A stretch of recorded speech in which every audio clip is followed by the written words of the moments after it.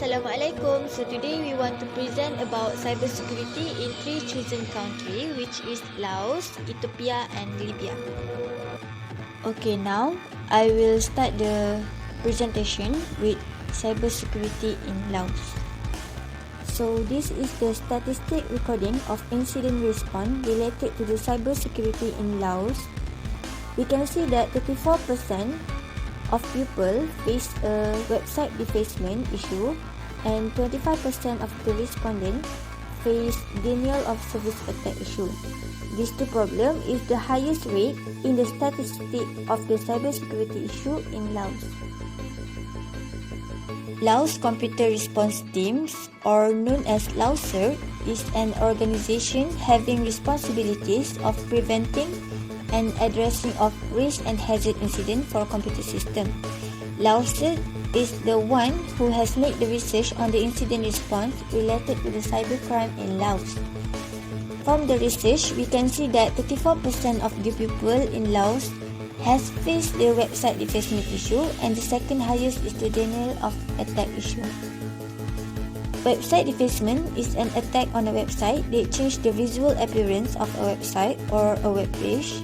They will break into the web server and replace the hosted website with the one of their own. Denial of service attack is a cyber attack that indefinitely disrupting service of a host connected to the internet. Okay, next is the related section to the cyber law towards network and system in Laos is Law on Prevention and Combating Cybercrime. This law will aim for three issues. First, it will protect the database system, server and computer data. Next, this law will address issues relating to the management of information collected from the user in the internet. Lastly, it will prevent and curbing crime. This law will targeted primarily at hackers and actors that seeking to do harm via computer. Okay, so this is the type of penalties based on the cybercrime if committed. Okay, from this table, we can conclude that Laos was taking seriously issue of cybercrime. As we can see from this table, there are two types of cybercrime that has long imprisonment term and fine will be charged when committed, which is destroying computer data and carrying out the activities related to cybercrime. Disclosing computer access prevention measure also categorized in this law. Even though this crime look like not a big crime, but this crime also categorized in this law but with the lowest punishment.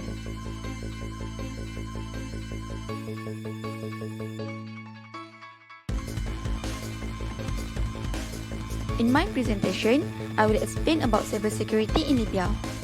Libya has faced several cyber threats in the technology development, especially in financial sector. Among the most cyber attacks that they face is denial of service attack. Clients are unable to access his account when there is a DOS attack which affects the bank services. It cripples the network, causing them disconnected to the internet. Banking activity cannot perform well without IDP and firewall to block the attack. Libya organization also has been disrupted by MITM or web spoofing. Website spoofing is the replica creation of a trusted site with the intention of misleading visitors to a phishing site. Legitimate logos, fonts, colors, and functionality are used to make the spoof site look realistic. The attacks allow an intruder to have access inside the internet network and allow them to deep scan the network to identify the IDP, the MC, and the firewall. Moreover, attackers are able to modify the log and database, which result in the ability to delete the transaction from the log, which causes critical risks. Articles 12 and 13 of the Constitution 2011 guarantee that the right to a private life for citizens and the confidentiality of correspondence, telephonic conversations, and other forms of communications, except were required by a judicial warrant respectively. Libya doesn't have any officially recognized national or sector-specific research and development programs for cybersecurity standards, best practices, and guidelines to be applied in either the private or the public sector. Information Security and Safety Authority of Libya, or known as NISA, is running a national program in raising the awareness and promoting cybersecurity, specific educational program among civilians.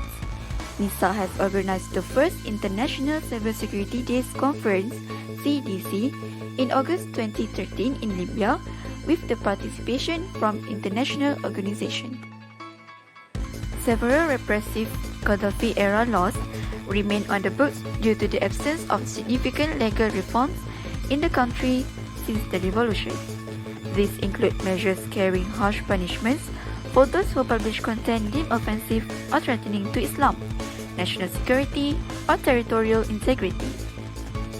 These laws can be applied to any form of speech, whether transmitted via the internet, mobile phone, or the traditional media. And there are no laws that explicitly criminalize online activity.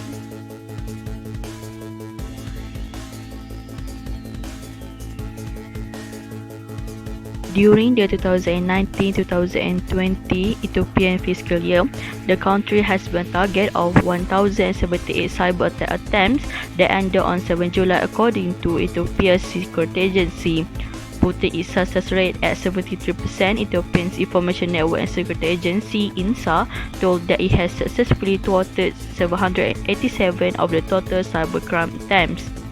INSA's Deputy Director, Kifeli Tefera, said in his statement that most of the attempts of attack were carried out via malware software, cyber attacks, infrastructure scam, cyber infrastructure disruption, and hacking and cyber fraud. Most of the malware software attacks were through malicious attack, named ransomware and cryptojacking. Ransomware is a type of malware that prevents or limits users from accessing their system, either by locking the system screen or by locking the user's file until ransom is paid. More modern ransomware families encrypt certain file types on infected systems and force users to pay the ransom through certain online payment methods to get a decryption key. Cryptojacking is the unauthorized use of someone else's computer to mine cryptocurrency. Hackers do this by either getting the victim to click on a malicious link in an email that loads crypto mining code on the computer, or by infecting a website or online app with JavaScript code that auto-executes once loaded in the victim's browser. Ethiopia has been enacting various pieces of legislation since recently to regulate some aspect of the digital environment. The Cybercrime Proclamation of 2016, Computer Crime Proclamation number 958/2016, is the most recent addition to the legal regime that criminalizes a range of cybercrime. The Computer Crime Proclamation defines its laws in order to ensure protection for human and democratic rights, protect its citizens' liberty and reputation online, and lastly, to avoid from disseminating improper internet contents. The Computer Crime Proclamation criminalizes the person who intentionally commit a computer crime which is objectively to avoid the crimes against computer system and computer data, such as illegal access, illegal interception, interference of computer system, damage causing of computer data, and others. It also mentioned the crimes of computer-related forgery, fraud and theft, and wrongdoing of illegal computer data and other offences. Here is the penalty table for Ethiopia cybercrime.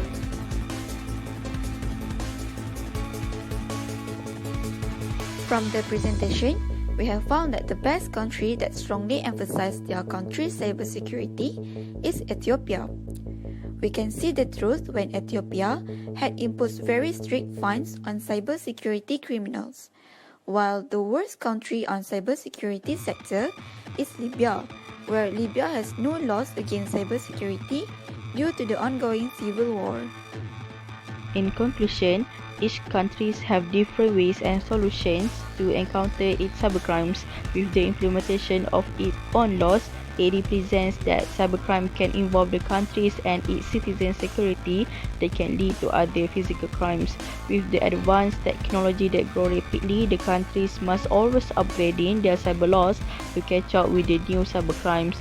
So no matter how big or small a cybercrime is, it is still a crime. There are many verses of the Quran that touch on human personality and behavior that we can relate them to the cybercrimes.